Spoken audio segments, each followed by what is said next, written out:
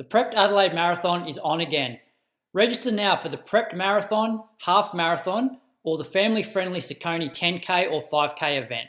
Seize your personal best with Prepped and get ready for the 45th Adelaide Marathon, Sunday, August 27. Register at adelaidemarathon.com.au. All right, welcome to July edition 2023 of Shoe Geeks, brought to you by the Inside Running Podcast. I am joined here by Michael Nishke from Adelaide, who is the barefoot podiatrist. He's best known over there. Nitta, welcome. Thanks, mate. Good to be here, chatting to you blokes again. Talk us through the barefoot podiatrist, just quickly. Just summarise in 3 or 4 sentences. Look, I registered that as my company name back in 2007 or 2008 when I first started practice, and no one hadn't had the name. There's 3 names I really wanted, and all had been registered. And I thought, I'll just go with that. And that was my clinic name in Loxton and in Adelaide for about a decade. Did you just jump on the bandwagon? The timing of it was perfect. I feel like I did it just prior to the Lieberman study and just prior to all the second metatarsal stress fractures in the Vibram. The timing was actually I was saying my first year in clinic in Adelaide, I saw 22 second metatarsal stress fractures, second or third metatarsal stress fractures. Was that after you recommended barefoot running? No, well, that's the thing. So a lot of people came in wondering why they couldn't solve the puzzle with wearing the shoes. So, people running 50, 60 Ks a week, just changing shoes exactly from 100% to a traditional shoe to a Vibram. So not much you can do with met stress either. You need a bit of time. All right. Well, Tom, have you ever been a barefoot podiatrist, Tom? No, I can't say. It's always one of those things that confuses me, being a barefoot podiatrist.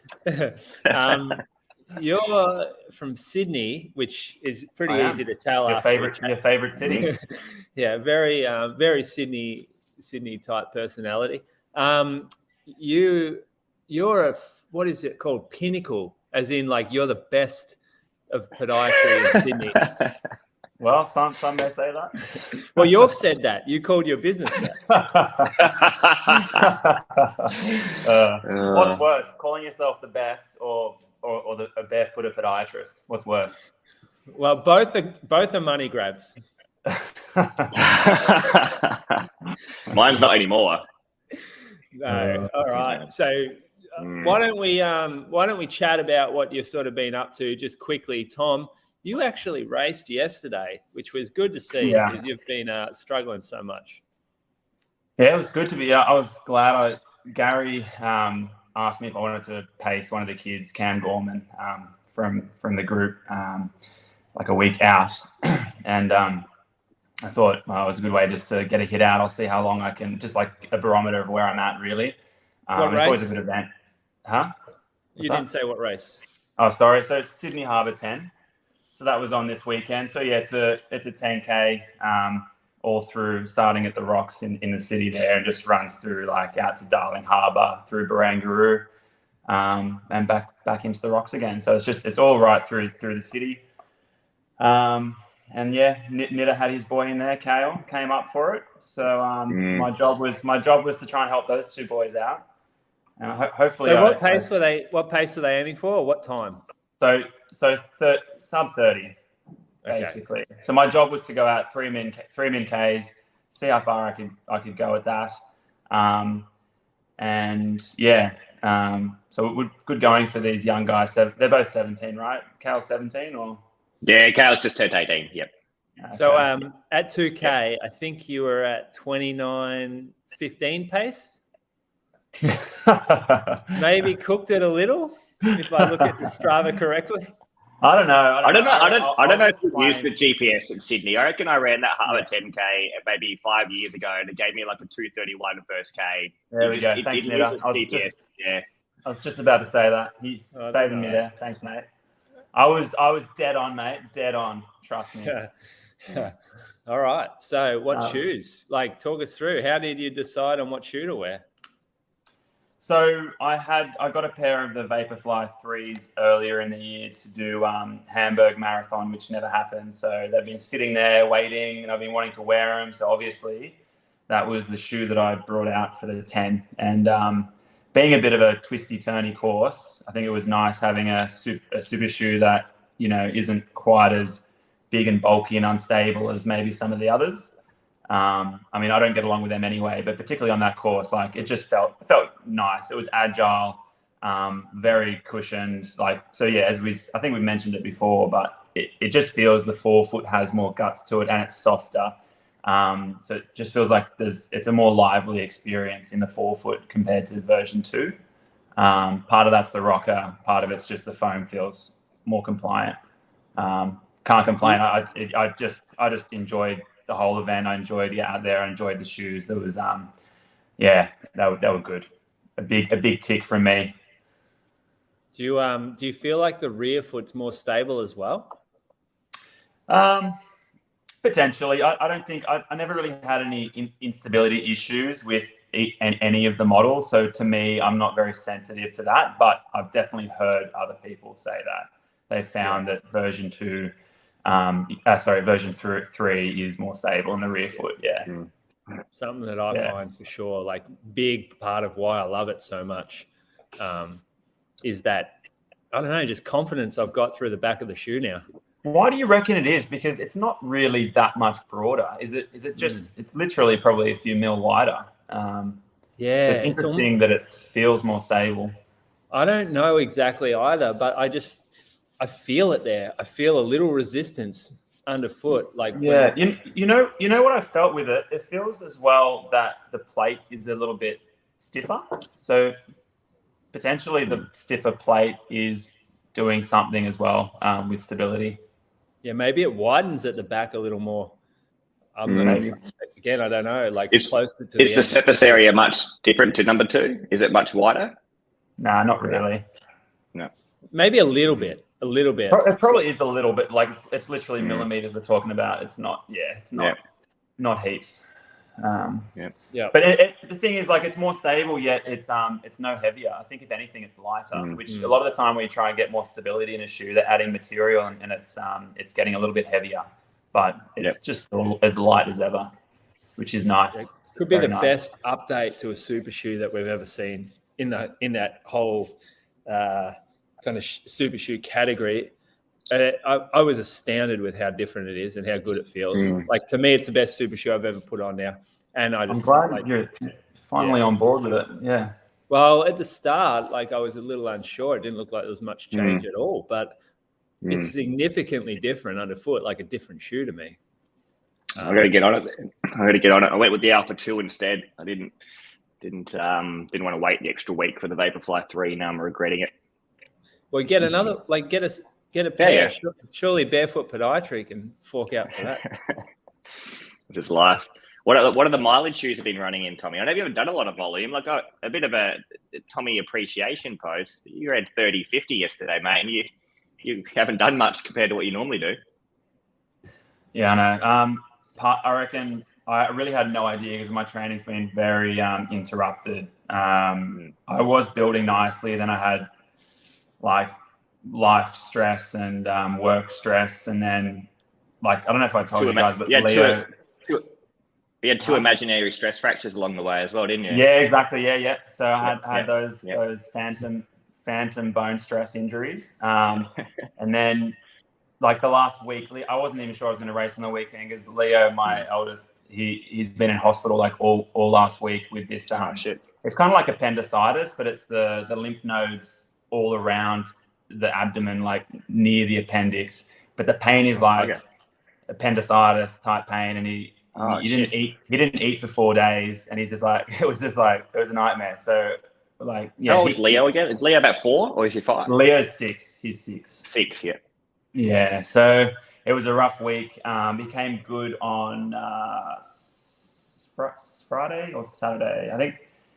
I think Friday was his last day in hospital, and he just turned a corner massively on Saturday. And so I think I only got like 2 runs in last week. So I think what it was I was super fresh. I was just like, I hadn't had much sleep, but I had no my legs weren't heavy from any training at all this week. So felt pretty good actually. Felt pretty good out there. You'd want to be doing the home city marathon in September? Yeah, maybe. Mate, what do you reckon? You write me a program, get me fit for 8 weeks? Nitta would love that. We'd have to get you in some long runs real quick. Yeah. Look, Tom wouldn't be far off his PB in 8 weeks, I don't reckon. Gary, I spoke to Gary. Lana messaged Gary after the race, and she was like, "Gary, can you get Tom fit for Sydney?" Because I did tell her about the prize money, Moose, and I said, Lana's I your think we got ultimate to take some money off this bloke. He thinks he's going in for an easier payday. Who? You. Me? No, I won't trouble. I'm not going to trouble the prize money. You're going to have to beat Brett Robinson, though. He's a 2.7 guy. We've been close before. Almost got him in Melbourne. So easy runs, Tom. What are you wearing? All right, I'll whip out this. I've been copying it a bit for this guy lately from some run crewers. Because a lot of run crewers don't wear them, apparently. Yeah, they need to try this one. It's different.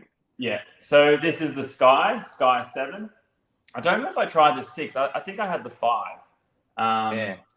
But I would say I was pleasantly surprised with this shoe. So when I first tried it on, I was a little bit underwhelmed. And then off the back of Mike saying, "Oh, this actually feels pretty good," I took it out for a few runs, and I was actually quite surprised. It's got some good, like a really good amount of cush underneath you. So I think I had a look at it. The stack is, what's my phone? The stack is 41.33. So it's a relatively, it's their high stack sort of daily training model. They're using that Energy foam, which is that sort of soft, resilient stuff that they've put in there. And I don't know whether it is a little bit higher, but maybe they've used more of that Energy stuff. But it just feels bouncier, maybe a little bit softer, but definitely bouncier than previous iterations.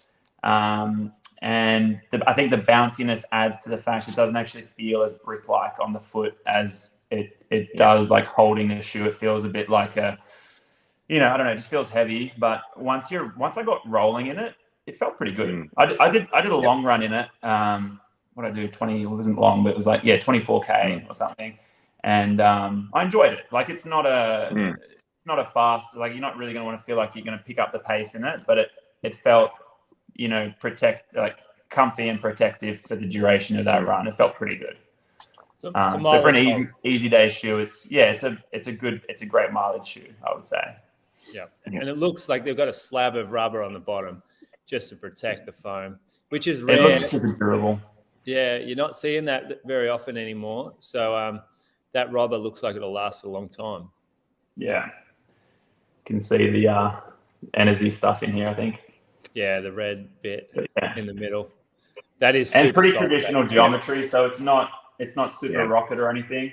But some people like that. I personally like it. I don't really love rocket shoes for easy runs. I'm probably in the minority. I don't know, but I don't mind that traditional geometry. Quite like it. What shoe do you compare it to? I don't really. I found the foam act a bit like the Cloud Monster. Really? Yeah, I found that that's the same run that I preferred it for. Like maybe a little bit softer in the Cloud Monster and a little bit lighter, more guts behind the Sky 7. But I found just the resilience of the foam or the bounciness to be semi-similar. So on the forefoot, that is. But yeah, look, I didn't find any other shoe at the moment as much like it as the Cloud Monster. Yeah, that's weird. I don't really feel like it's like that. To me, it feels a bit softer. Cloud Monster is a really unique feeling shoe. The way those pods compress individually rather than just the foam sort of being a slab of foam. I can't find anything that really feels like the Monster. You probably don't access like the Brooks Glycerin very often, but that's the closest feeling shoe to this one, I reckon. So like a higher cushion shoe, but a denser cushion.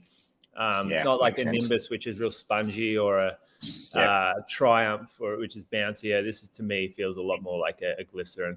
I don't think I've wanted Brooks for a decade. I don't reckon.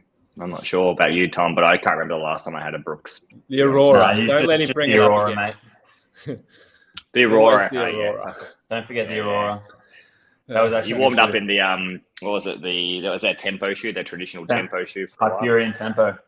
Hyperion Tempo. Yeah. God, I actually like that shoe. yeah, you like the most eclectic shoe. Look, let's talk about the.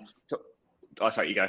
I was going to say, I know you guys saw me posting about it, and you discussed the moose that I was potentially going to talk it up, but I've only done a couple of runs in it, so I really don't. It's probably not giving it a fair go, but I pretty much can feel straight away that it's not going to be anything I want to be doing much running in, which is upsetting because this particular shoe, I've had such an affinity for it because when I was early 20s, late teens, it was like the shoe that I always went for and I loved. So it's the Nike Pegasus. And it just feels like, I don't know what they're doing with the Pegasus, but I got the Pegasus 40 and I haven't used the Pegasus since the 37s, but it's so firm. It's just such a firm. No, I don't have it. I don't have it in front of me. No, it's at home. Yeah. It's just such a firm ride. It's unbelievably firm.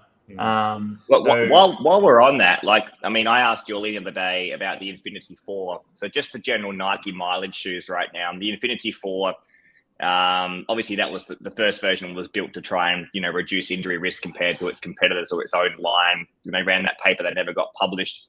That shoe has been released, I think, this year, and it weighs 355 or 360 grams at size 10. So like Julian called it, obviously it's not a diet, but it feels a bit like a diet. The outsole is really industrial. Nike have not got a volume shoe done correctly or done well since the Vomero 13. No, 12? Yeah. 12? Yeah. No, 13 was good still. 13 was good. 14 got a bit shaky. You're right. We're finding it hard work just to get Nike training shoes on people's feet, and there's always something a bit different about it. Like the Vomero 16 had a massive pod under the forefoot, like airbag, and it just used to flatten out, and people would really feel the divot under their forefoot. The structure is not bad. The structure is probably their best jogging shoe, I reckon. And at $200 still, it's an absolute steal compared to some of the other shoes it competes against. Like you got the Adrenaline now at 260 maybe? 250, 260. You've got like the Inspires going up to 240 from Mizuno. You mean the Invincible? No, from Mizuno. The Inspire from Mizuno. Even like Kayano's 280. So you've got a structure at $200, and that shoe doesn't feel bad at all. That's like the least it's the least offensive Nike training shoe. Because there's always something about it to me that's wrong. Like the new Invincible, the fit's awful. I can't get that right. The Pegasus, like you said, it feels like a shoe that's been left behind. It feels like it's ancient. It feels like you're putting on a shoe that you're trying in store 10 years ago. And even then, it wouldn't be a soft shoe. The Vomero, the 17 comes out. I've got pretty high hopes for that. That comes out. When does that come out? I'm pretty sure it's September. Let me just double check. So I got to have a look at the Vomero 17 when I did a thing for Nike the other week, and it looks really good. No airbag. Good. So you just said about the airbag, they've removed the airbag, layer of Zoom X closest to the foot, and then a layer of the Cushlon closer to the ground. I reckon it's going to be really good. October. That's good. October, nice. We've had a few people running it. They've sort of commented that it's not as maybe thick or as spongy under the forefoot as they would have liked. And I think that's the Zoom X just compressing. You need a lot of Zoom X to make it work.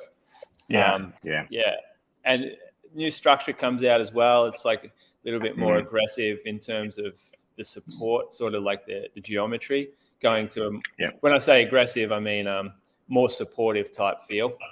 So like wider surface area or wider surface area, like going the way of the ASIC sort of support shoes.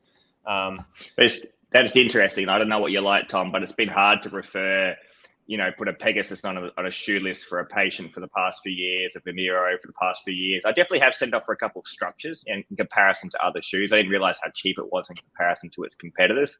It makes a bit of sense as to why that probably sells a bit more, but it's time for for a mileage shoe to. They obviously sell enough shoes. Nike sell a lot of shoes. It's not a big problem for them, more than likely. But for people, running and daily trainers, used to be the number one for that. Between them and Adidas, I'd argue that between the three of us chatting here, we probably use it the least for our daily training. Oh, I don't really run in any Nike. I run in their trail shoe, the Zagama. That's what I run in. Ultrafly, actually, the plated trail shoe comes out in August, so that'll be interesting. But yeah, Vomero 17 does look. I don't think you'll like it, Nitta. Like just straight off the bat, like I don't think it's got enough under the forefoot for you. Tom probably love it, I reckon.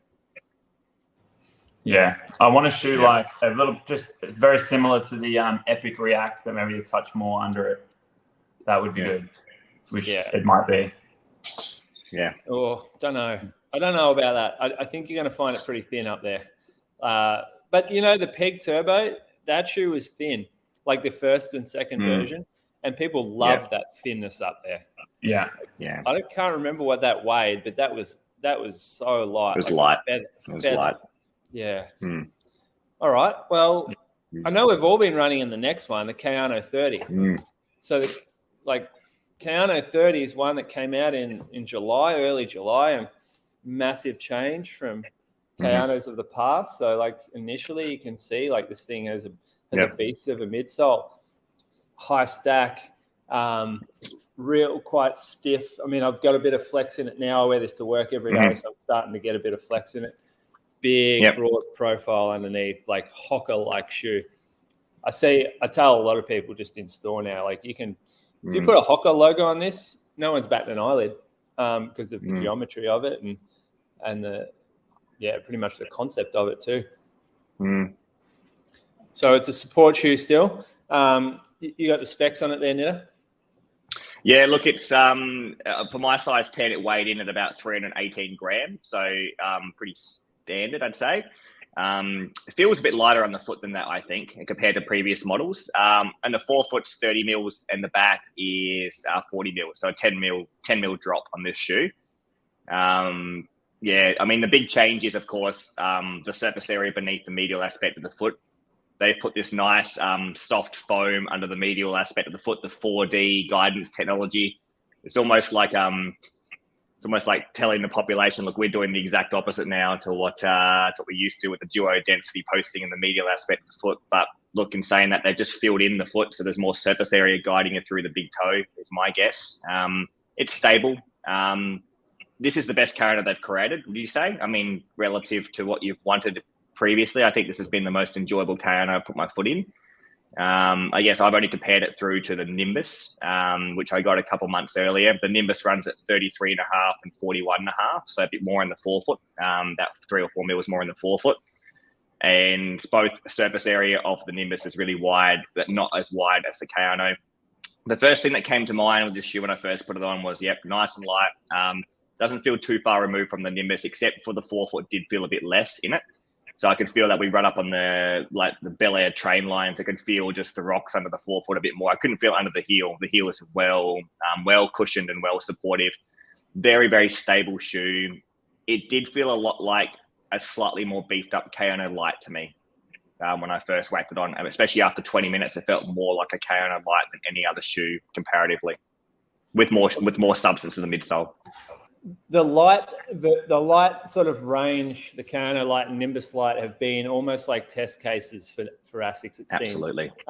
They bring them out sort of a few years earlier than they put the same sort of changes into their flagship shoes just to test the waters, just to get feedback and see how it's taken. The Kayano Light's been great in our store. Like people have loved to have that stability, but in a lighter package. And in terms of control, this shoe here is one of the most controlling shoes that I've put on before. Yeah. And it's just, people say, oh, why? What is it? Is it just because it's wide underfoot?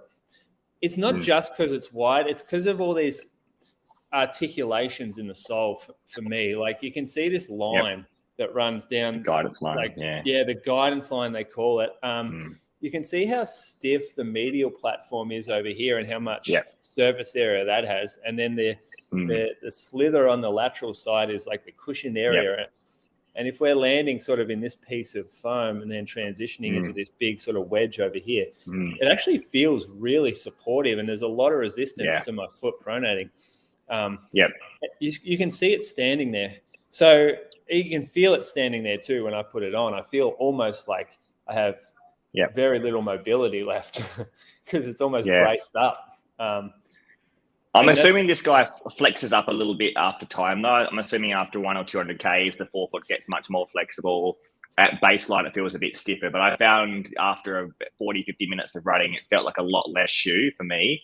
So it's nice and light and still nimble for a high volume trainer. I mean, ASICS have moved all that way. That testing range with the ASICS Nimbus Lite and the current. South Australia's premier running event, the Prepped Adelaide Marathon, is on again. The spectator-friendly course starts at the Race Village in Benitham Park and runs along the beautiful parklands and River Torrens. You can register now for the Prepped Marathon, Prepped Half Marathon, or the family-friendly Saucony 10K or 5K event. Enhance your performance with the hydration power of Prepped. Get ready for the 45th Adelaide Marathon, Sunday, August 27, and seize your personal best with Prepped by your side. Register at adelaidemarathon.com.au. You know, we didn't. No, we did actually. We stuck it in wide and standard, which is the first time we've done that for Kayano. And it's going well, for both. Yeah. So the other release this month was the New Balance Super Comp Trainer V2.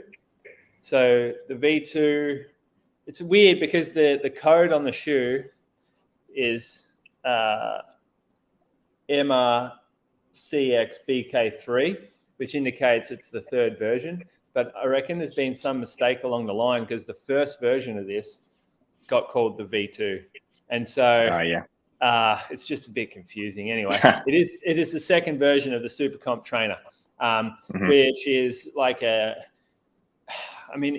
doesn't really fit a category that existed before 1 or 2 years ago, but it's a plated training shoe or a plated jogging shoe. It's made of super foam though. So this is their fuel cell, but like this foam here feels really poppy, very similar to what's in their race shoe. It sits on a 6 mil drop compared to the 8 mil drop that it used to. It's 40 at the rear foot, 32 at the forefoot. So we've got that sort 34. of similar. 32, 40, 32. So the 8 mil. That's a mistake. It was supposed to be. This is 6 mil. That's a mistake. I'm not sure. I'm just reading their tech sheet, and I don't think that. I had a 39.33 from someone off memory, so it was just below the 40 off memory. 39.33 at 6 mil, but not that it makes a big difference when you start compressing foam that's soft. So I'm just reading off. This is off the New Balance tech sheet. So this is called. So they compare. Like it's weird. Their comparisons. Like we know how good tech sheets are. Oh, it's bad. This one. I don't know who put this together. I won't throw someone under the bus here, but they've compared it to the Saucony Endorphin Elite, which please never do that.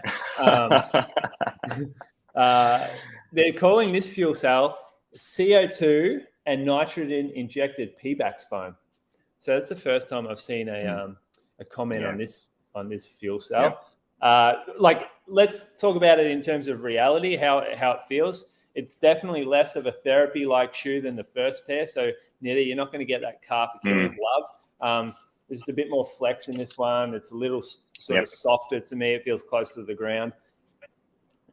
It's because of those things, I enjoy running in it more. So the heel cut's a lot. Big update. The heel counter looks way better than the first version.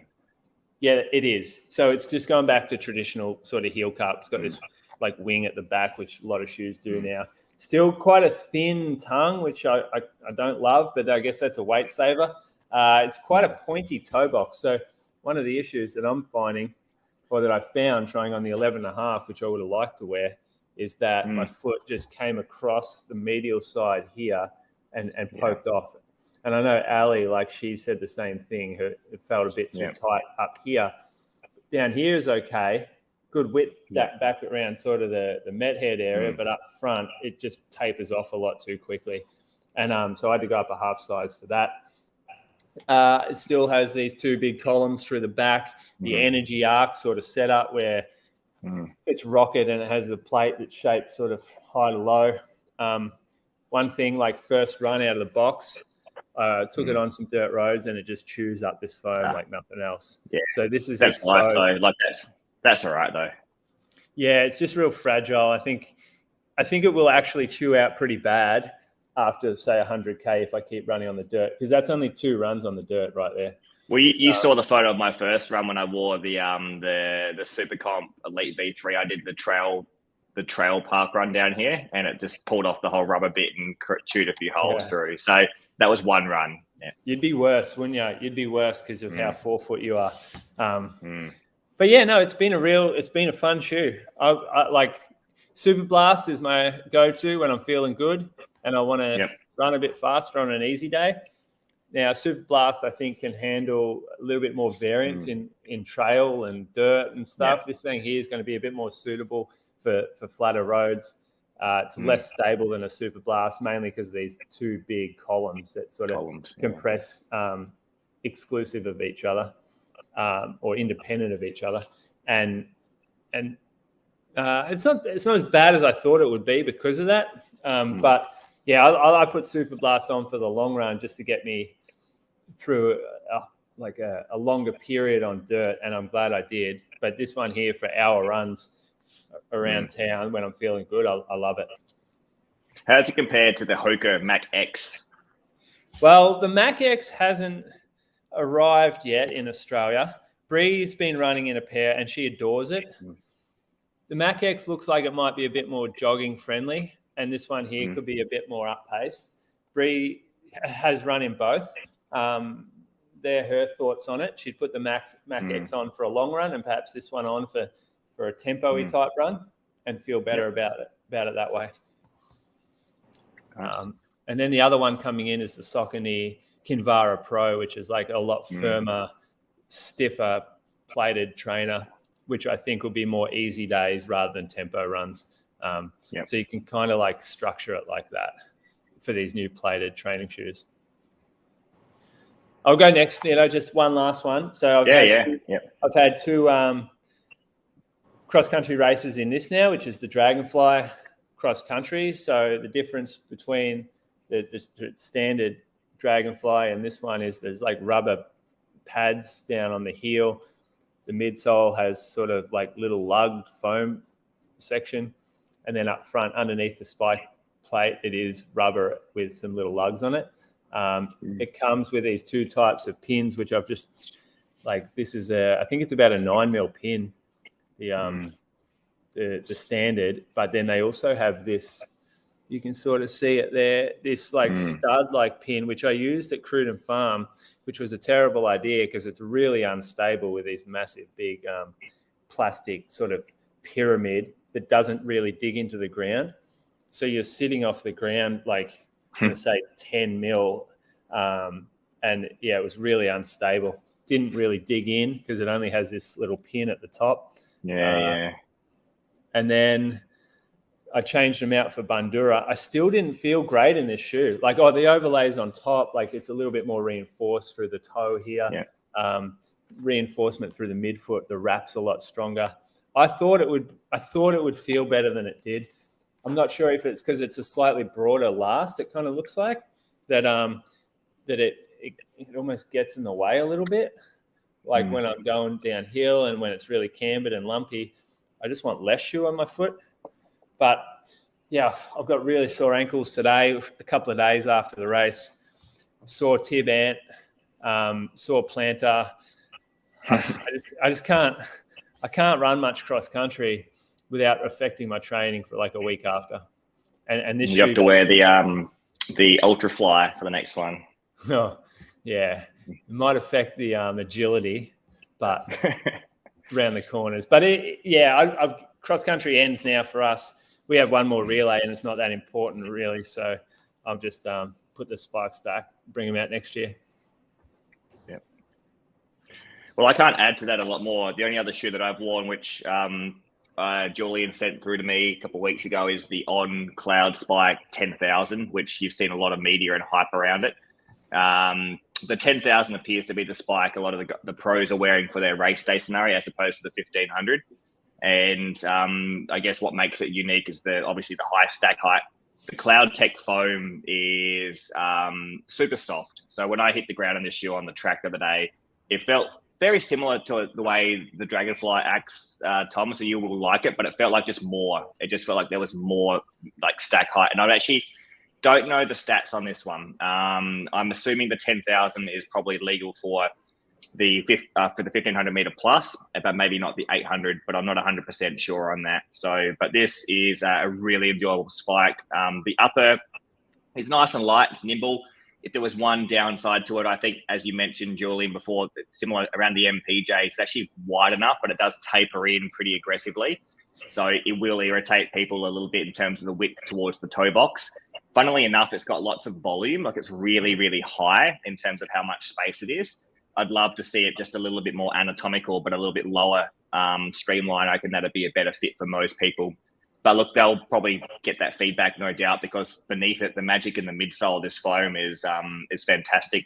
So I think this will be a hard shoe to compete against for any shoe from the 1500 above, really. I think it's a great spike, and we're seeing more of it now. And I haven't tried the 1500, but I'm hearing that people are using it for shorter workouts more so than actual racing, and the 10,000 is going to be the predominant racing shoe. And this shoe is, I think, I haven't weighed them compared to each other as well, but just from the other reviews I read, it's as light as the Dragonfly, if not a little bit lighter. So 8 or 9 grams lighter. That's pretty good. Is it PBA foam? Do you know? Is that what they're using? It's the Cloud Tech. It feels identical to the Zoom X underfoot. So if it's not PBA, it feels like PBA. So my guess is it is PBA. I'm pretty sure I'd love to get. Yeah, I think it is. Yeah, I think it's PBA in both the 1500, this, and the Echo Boom. I think Echo Boom 3. Yeah, it's funny. The 1500 spike is much more flexible than the 10K spike. It's like the plate gives a lot more, which, I thought is like the opposite of what you'd want. But I don't run those distances. I don't know. Maybe you do want more flex in the shoe. It flexes under load, this 10,000 spike, when you're up and running. The foam compresses so quickly that you get into the flex point pretty quickly. Yeah. All right. Well, let's move on then. Go to our favorite segment, the Nitta Goes Nuts segment.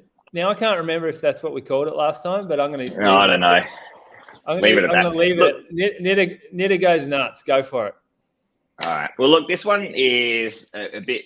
I'm pulling these out relative to what happens here clinically. And just the past couple of months, I mean, we actually touched on it a while back, and Tom did. There's been a couple of papers published and like trying to associate super shoes to injury risk. You know, we talked about the navicular one, which was case study driven. We talk about practitioners even telling patients or telling people to be cautious of these shoes. So the last couple of weeks, I've had people come in recreational, but not just recreational, those who are probably, running their first, second, third, fourth marathon and improving, and asking questions about the shoes, saying, I just want to ask about the super shoes. I hear they could injure me. And you think, how do these things happen? And when you've got peer-reviewed articles trying to associate these shoes with injury, it makes sense when it gets published on social media. People sort of see it subtly and think, I might not wear these shoes because their risk of injury is a bit higher. But there are other researchers who don't get quite as much leverage, guys like Wout Hukama, one of the first researchers with the 4%, and Max Paquette, saying there's no convincing data that there's any more risk to these compared to traditional running shoes. And anecdotally, Tom, you'd probably agree, saying we probably see a bit less injury in particularly the lower leg, and maybe we see slightly different changes in where injuries do happen. But what we are definitely seeing with the super shoes, and we're probably not seeing it in papers, but we're seeing it in anecdotes, people are handling more quality of running in these shoes compared to wearing the old racing flats. And then suddenly you don't know if the running shoe is a risk factor for injury, or the fact that people are just running more. They can run more as well, and the absolute running dose that they're doing is the risk of injury that's changing. So we probably need to change the narrative a little bit, because I think these super shoes are a gateway, drug to handling more running and enjoying more running. The risk is definitely lower than what the reward is, in my opinion. And look, we might see different types of injuries, but we're definitely not seeing more injuries. So the research of these papers, I don't know how they get funded. It drives me nuts, but it's so far removed from what we see clinically on a weekly basis. it's beyond me. So I want people to understand there is a place for them, but the risk of injury wearing these shoes, there is different risk, but there is not more risk compared to the same time in traditional running shoes or even normal running shoes. So that just drives me nuts because we just see more of this all the time. And it's usually by people who don't have any interest in, clinically working with runners or runners themselves. So it's probably a bit of a generalization, but it just drives me nuts. I mean, you work with someone who's saying that a lot of the super shoes with curved carbon plates are causing metatarsal injury, Tom, but yet the data would suggest it's probably the opposite. Maybe the plate changes the risk of that, but yeah, don't know about creating fear related to these super shoes is probably the right way to go, especially when they probably help us run more. So if you take running injuries per 1,000 hours of exposure, which is probably a good measure of injury, you're probably seeing less now than we were previously because people are getting closer to more volume because they can wear a shoe that allows them to perceptually handle more volume. That's my rant. Mate. Good rant. Good rant. Bit niche, bit nerdy. I'd rather you go. People get it though. But there'll be someone listening to this who's been put off of super shoes for some reason or other. And it's worse when it comes from practitioners. When other practitioners say, no, don't wear these, your risk of injury is higher.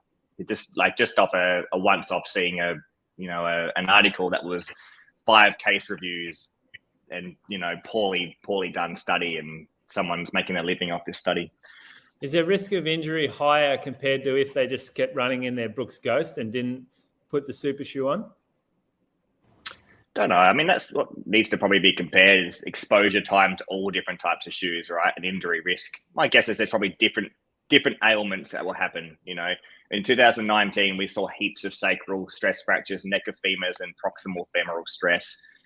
People can hit the ground harder in these shoes and they can run downhill faster in these shoes with less perceptual consequence. Of course, there's probably more risk of those types of injuries. But I don't know about you, Tom, but I've definitely seen a few less metatarsals, a few less foot tarsal bone injuries since the advent of carbon fiber shoes. Maybe a few more medial and lateral, no more than wearing traditional flats. I think comparing traditional flats and the super shoes is probably the way to go for exposure time. Unless people are jogging in these shoes compared to a Brooks Ghost. Different types of injuries, probably, Julian, not more or less. All right, good. Well done. All right, next segment. Iconic shoes from the past. Favorite section. You boys always go the fast ones, so I'm going to start off here. The first pair of Hokas that I ever wore, the Hoka Stinson ATR 3. So these things were full chonky, massive stack. They were really rigid. They had a light traily type outer sole, but it was still soft enough you could run on the road. They were really rocket and they were really soft. And I still think if you made this shoe today, you'd be able to sell it to pretty much anyone who wants that Hoka feel. This was the iconic Hoka feel, the iconic Hoka geometry. It gave people stiffness and it unloaded the foot and ankle better than any other Hoka that I've had since then. And it was really comfortable. That foam was amazing. It didn't go wide though, did it? Was that the one limitation? It didn't go wide? Was that it? No, they never did width back then. They only ever had one width for all their models. So there was no wide Bondi, no wide Stinson. And they still don't do a wide Stinson. They just do one width. And it's relative. Are you looking at the photo of this shoe, Tom? Yeah. It wasn't pretty. And none of their shoes were. They used to have just as ugly as the original Bondi. Yeah. These guys, before they got bought out, they used to put together the worst uppers ever. It was all their money got spent on the midsole, and the upper just got the cheapest shit left in the factory after all the other brands discarded their stuff. And it looks like that. And it always felt like that too. They would always disintegrate and they would cause blistering, and they were had seams in the wrong spot, and they would tear and where the seam joins the mesh, and they were terrible, the uppers, but geez, they were good underfoot. So how does that original compare to now? Well, now is still good. Now is so now the current one is still super rigid, and it's probably not as soft, but it's their stiffest shoe, and it's still the shoe we put on someone who needs a tank, who wants foam that won't compress like the Bondi will. It's much more stable than a Bondi. Yeah. The outer sole, though, the foam, like this really soft rubber outer sole of the current one, it doesn't handle. It's not as versatile as what the older trail one was. The older trail one was a lot better on sort of light trails, and it handled the road better. It was more durable. This one here is like, it's almost like they've had to lighten the shoe somehow. So they use these really soft rubber pods, which I don't particularly love. They also feel a bit slippery on concrete. Yeah. Right. There you go. Maybe you've done that one before, Julian, though. You must really love it. Well, for me, because we were talking about the spikes before, I thought I'd go back to a spike that I loved the most. It was the Nike Zoom Kennedy. I'll get a photo up through here. They were released about, I think, 99 or 2000, just after the distance runner from America, Bob Kennedy. But you see how the spikes strategically were placed just medially. They had this sort of, it was like an EVA. It wasn't plastic. Do you see that red webbing in the medial aspect of the foot? That was like an EVA webbing that sort of contoured the longitudinal arch. So it just shaped the foot, but it wasn't dense or like aggressive.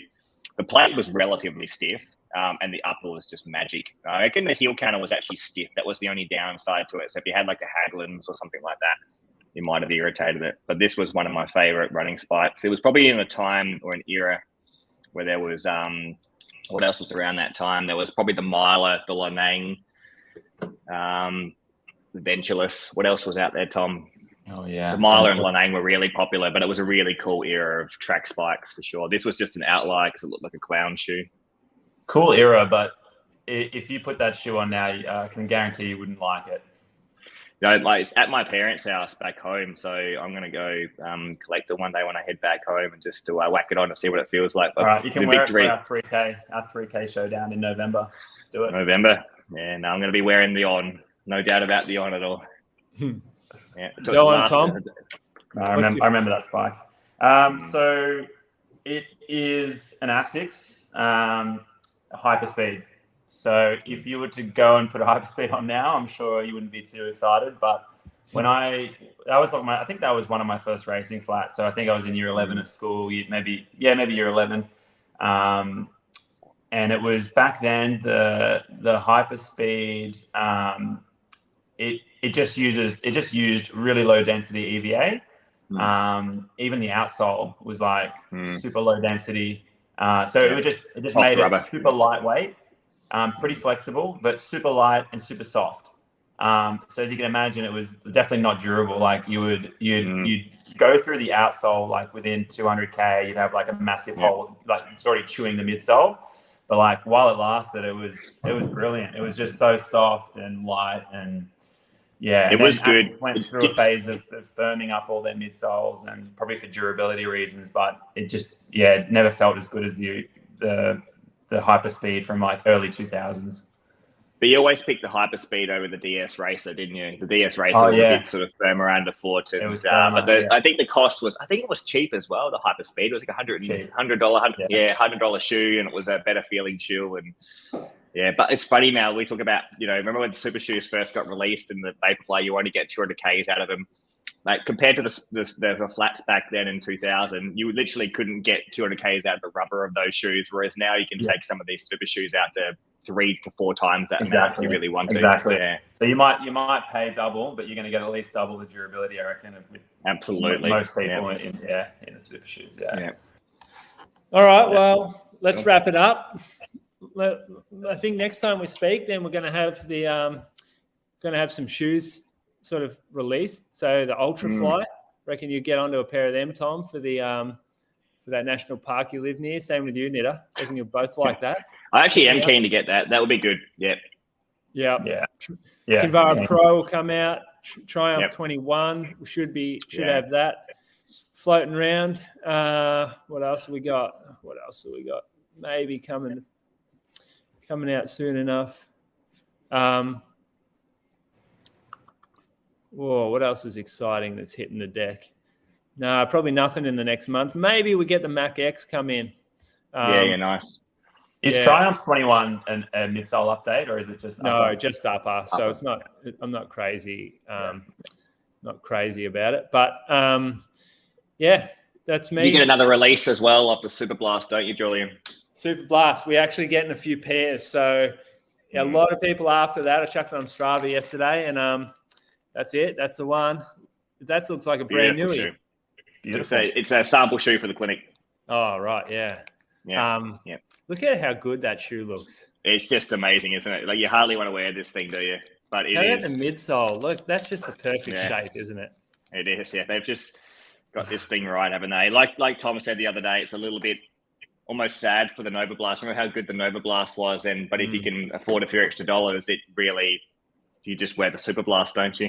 Yeah. So we're going to get stock of it. So get your name in. Hit us up on Instagram, the running company _Geelong, because that's where we're putting the names and numbers down. And then you might be able to secure a pair for their drop date, which we're looking at, I think, early August, late July looks like the one. Sounds good. That's exciting.